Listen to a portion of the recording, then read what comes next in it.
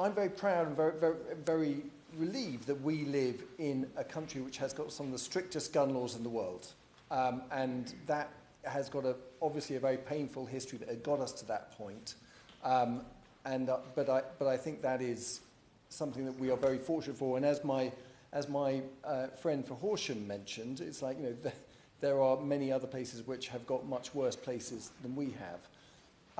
I, in December, started to have a flood of emails on this come into my inbox, and for some reason, one Saturday morning about 5:30, found myself awake and wanting to dig into the internet on this, and dug into the murders that had happened, and how they had happened, and what had gone on around there. And obviously there's a mix. But I also, and I grew up with shotguns, and I'm still a shotgun owner and certificate holder, but not a firearm holder. And I hadn't really understood in detail Category 1 versus Category 2. And looking into that, I was like, holy smokes, this is going to change rural life enormously if this goes through.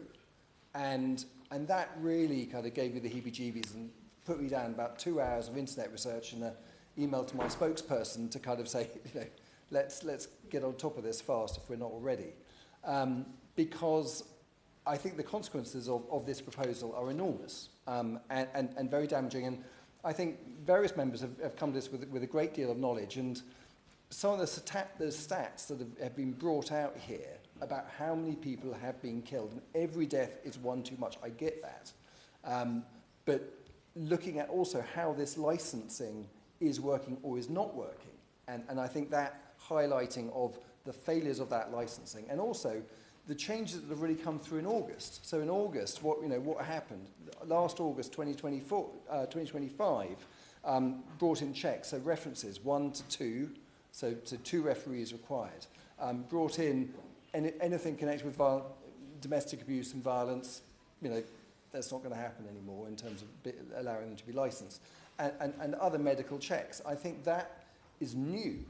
That's only 6 months old. Yeah. So seeing how that lands and what impact, hopefully very positive impact, that brings to the situation is important before we take steps further.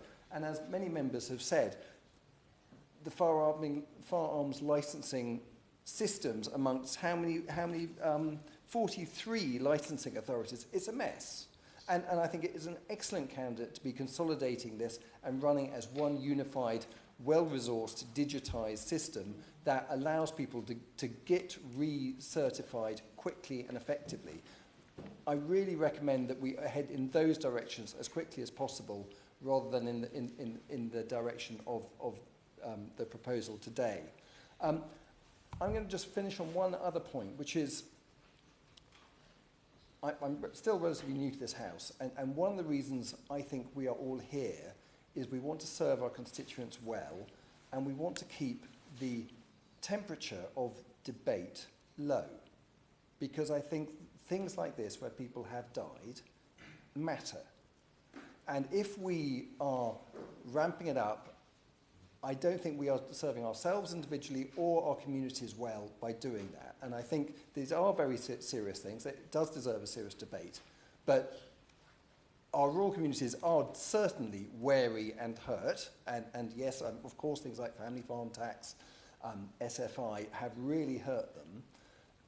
I would really urge the government to go very carefully here, because I really want to avoid a situation where we have got narratives of this sort of elite or that sort of elite pushing things down on people, because that doesn't do us any good. And trying to, all of us, staying away from that and taking this on its merit would really serve us all well. Thank you.